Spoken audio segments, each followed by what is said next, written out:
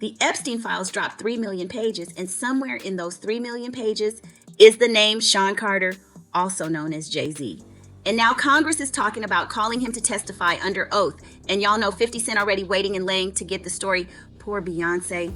Not again can she catch a break with this man. Hey family, and I need to say this clearly before we go any further. Allegedly, reportedly entertainment purposes only. So Jay-Z has not been charged with anything. He has not been formally subpoenaed. There is no criminal investigation against him on record. We are talking about what's in the files. And what Congress is saying, we are the court of public opinion over here, not a courthouse. So let's get into it.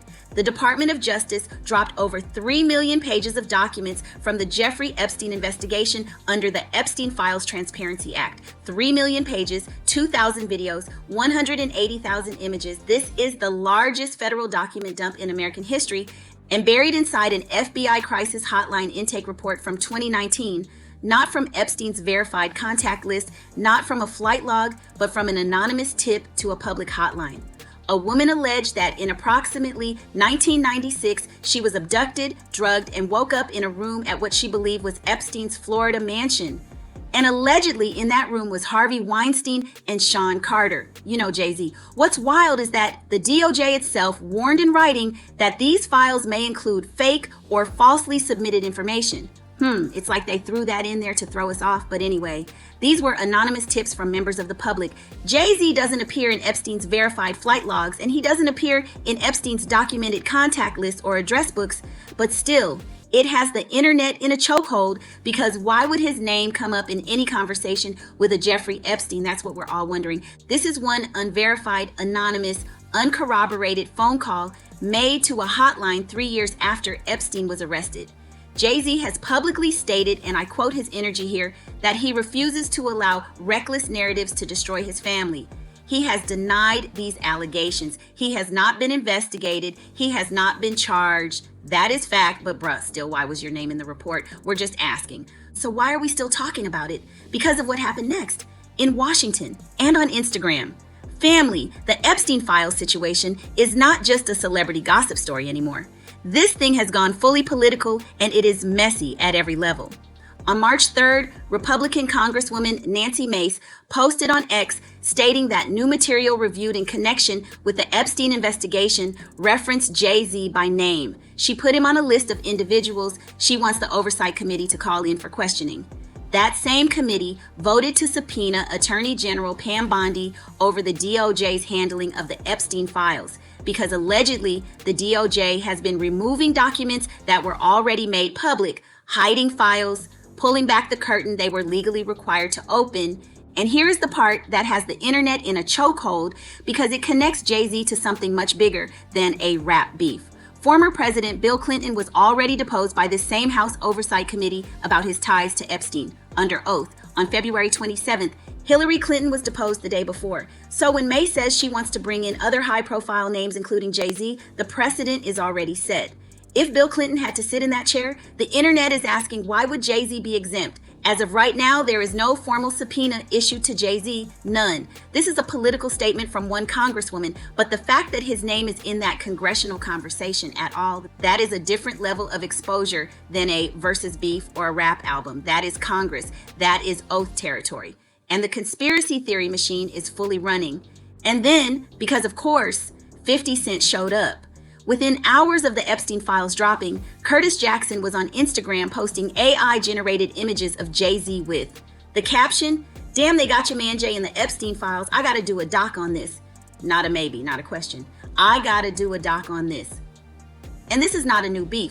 50 and Jay-Z have been in a cold war since the late 90s. Jay once responded to a 50 diss in a song called It's Hot, where he rapped, "I'm about $1. What the hell is 50 cent?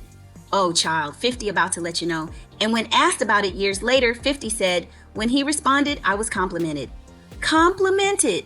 This man has been keeping score for 20 years, and now the Epstein files just handed him what he believes is the biggest card he has ever been dealt in that rivalry.